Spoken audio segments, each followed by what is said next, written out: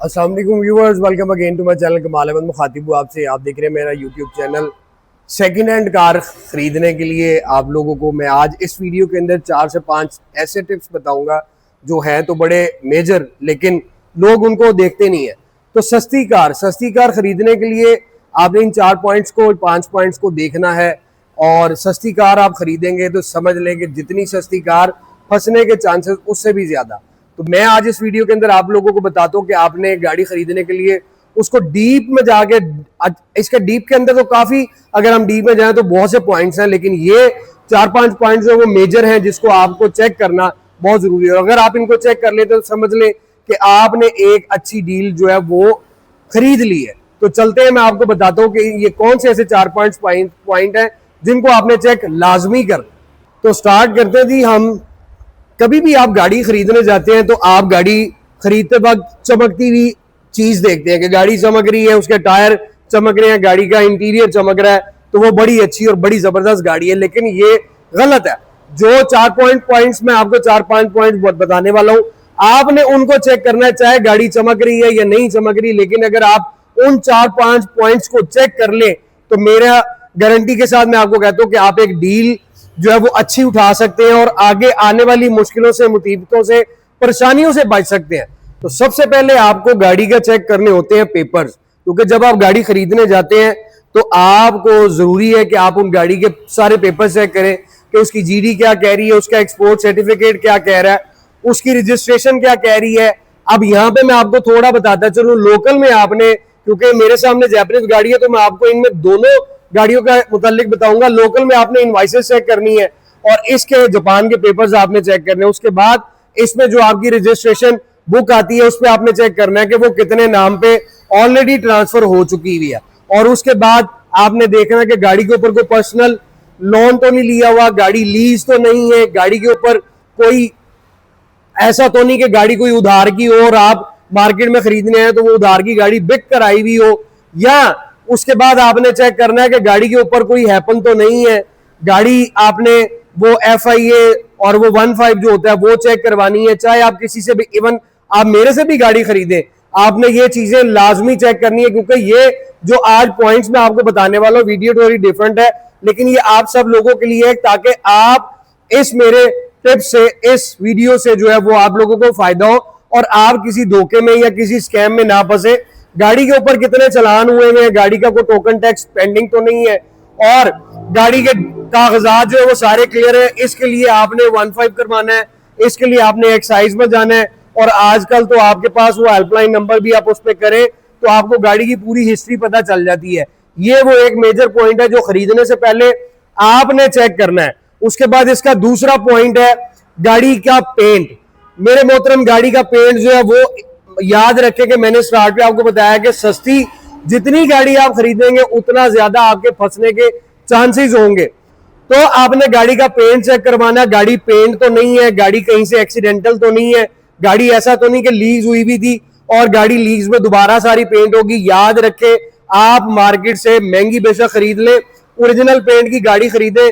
और अगर आपको ओरिजिनल पेंट की गाड़ी मिल जाती है तो मैं आपको ये बताता चलूं कि आप समझ लें कि आपने एक बड़ी अच्छी डील ले ली है। और याद रखिए कि कंपनी जो एक दफा पेंट कर दे वो मार्केट में दोबारा पेंट नहीं होता। ओरिजिनल पेंट का ये फायदा है, आफ्टर मार्केट जो रीपेंट होती है वो गाड़ी सस्ती आपको मिलेगी। तो रीपेंट गाड़ी दोबारा जब आप बेचेंगे आपको वो बेचने में मुश्किल पेश आएगी। और मैं आपको यहां बताता चलूं कि इससे आगे मैं एक वीडियो बनाऊंगा जिसमें मैं आपको कार की वैल्यूएशन के बारे में बताऊंगा कि पेंट रीपेंट गाड़ी की वैल्यूएशन आप खुद कैसे कर सकते हैं। तो ये है जी मेरा दूसरा पॉइंट जो आपने चेक करना है। उसके बाद गाड़ी का आ जाता जी तीसरा पॉइंट। तीसरा पॉइंट इसका ये है कि गाड़ी बजाहिर बाहर तो आपने देख ली कि ओरिजिनल पेंट में है और गाड़ी माशाल्लाह बिल्कुल परफेक्ट है, लेकिन तीसरा जो पॉइंट है वो भी बड़ा सॉलिड है, वो है इसका इंजन। अब गाड़ी का इंजन जो है वो आपने चेक लाजमी करना। अब इंजन के अंदर आपका गियर बॉक्स आ जाता है और इंजन आ जाता है। और मैं आपको बताता चलूं कि आप जब गाड़ी खरीदते हैं तो आप इसकी चमक दमक पे मत जाया करें। इसमें बहुत से ऐसे टिप्स हैं, बहुत से ऐसे चीजें हैं जिनसे आपको जो है वो आइडिया हो जाता है कि गाड़ी का इंजन से छेड़खानी हुई है कि नहीं। क्योंकि ये एक ऐसा गाड़ी का हिस्सा है कि जिसके ऊपर आपकी गाड़ी ने लॉन्ग टाइम चलना है चमकते धमकते पे मत जाया करें, चेक किया करें।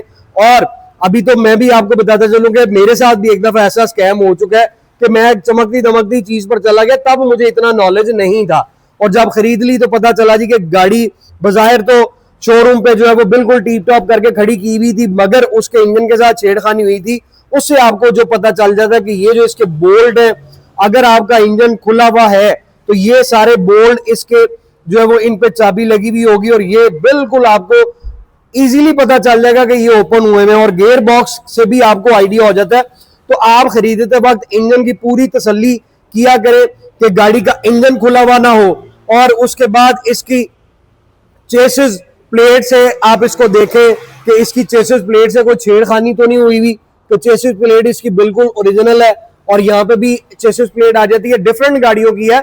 बताना मकसद मेरा ये है कि गाड़ी की जहां पे भी चेसिस प्लेट, आप उसकी चेसिस प्लेट देके, चेसिस नंबर देके, कि चेसिस नंबर से कोई छेड़खानी ना हुई भी हो। अगर इन चीजों के साथ कोई छेड़खानी हुई होगी तो उस डील से फौरन पीछे हट जाए, क्योंकि उससे आपको फायदा नहीं होगा, आपका नुकसान ही होगा। क्योंकि अगर इसका इंजन या गियर बॉक्स खुला हुआ होगा तो गाड़ी लॉन्ग टाइम नहीं चलेगी, आपको कहीं पे भी गाड़ी जो है वो आपका साथ छोड़ जाएगी, और गियर में और गाड़ी के इंजन के अंदर फिर ये फॉल्ट आपको हमेशा तंग करते रहते हैं। और एक गाड़ी जो आप डील खरीदते हैं, डील बनाते हैं, वो गाड़ी जो है आपको वर्कशॉप के अंदर ज्यादा जो है वो टाइम आपका गुजारती है, और रोड के ऊपर आपका साथ जो है वो कम देती है। तो ये आपने मेजर इस चीज को भी देखना है कि गाड़ी का इंजन भी परफेक्ट हो।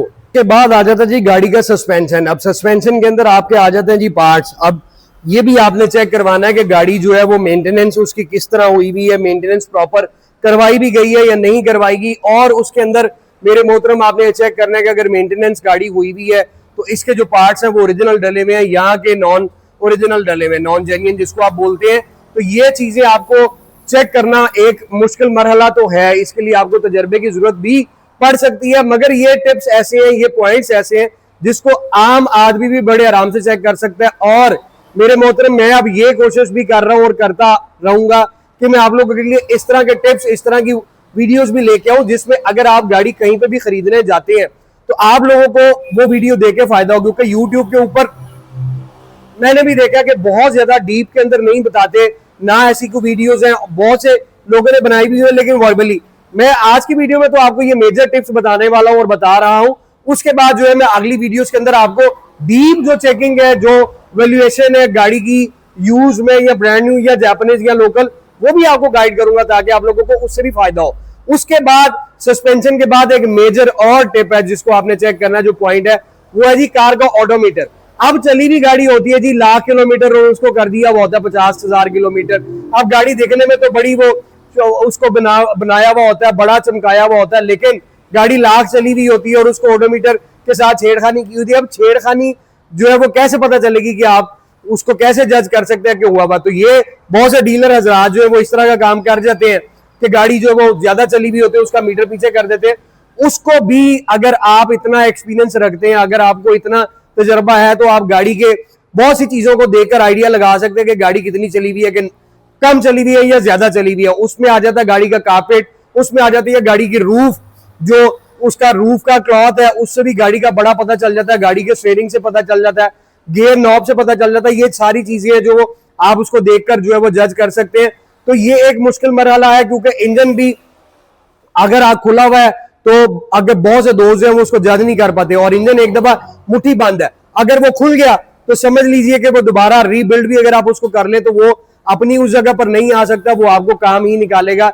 ये 4-5 टिप्स हैं जो बहुत जरूरी है। नंबर 1 पे आपने गाड़ी के डॉक्यूमेंट चेक करने हैं, नंबर 2 पे आपने गाड़ी की बॉडी चेक करनी है वो ओरिजिनल पेंट में है या नहीं, नंबर 3 पे आपने गाड़ी का इंजन चेक करना है कि वो खुला हुआ या नहीं, और नंबर 4 पे आपने सस्पेंशन चेक करना है, नंबर 5 पे आपने गाड़ी का ओडोमीटर भी चेक करना है कि वो लाख 1.5 लाख चलने के बाद जिधर से आप गाड़ी खरीदे उसने 50,000 किया हुआ है या ओरिजिनल किया हुआ है। क्योंकि ओरिजिनल गाड़ियां भी समटाइम मार्केट में ऐसी आ जाती है जो कि कंडीशन में वाकई ऐसी होती है कि वो लाख चली हुई व्हील नहीं होती। लेकिन क्या कह सकते हैं कि यहाँ पे हर तरह के लोग हैं, ओरिजिनल गाड़ी की मीटर को भी टेम्परिंग कर देते हैं।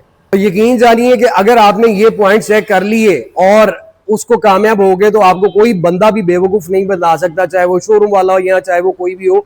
तो इन पॉइंट्स को चेक करने के लिए मैंने आपकी सहूलत के लिए ये वीडियो आज बनाई है। जो मैं यकीन रखता हूं कि आप लोगों के बहुत काम आएगी। और इस तरह की वीडियो जो है वो आगे आपको फ्यूचर में मिलती रहेंगी। उसके लिए आप मेरे चैनल को सब्सक्राइब करें, बेल आइकन ऑल पे प्रेस करें ताकि मेरी कोई नोटिफिकेशन आप लोग मिस ना कर सके। तो अपनी दुआ में याद रखिएगा, कमेंट सेक्शन में कमेंट जरूर कीजिएगा। जल्द मुलाकात होगी। Thank you so much, take care, अल्लाह हाफिज।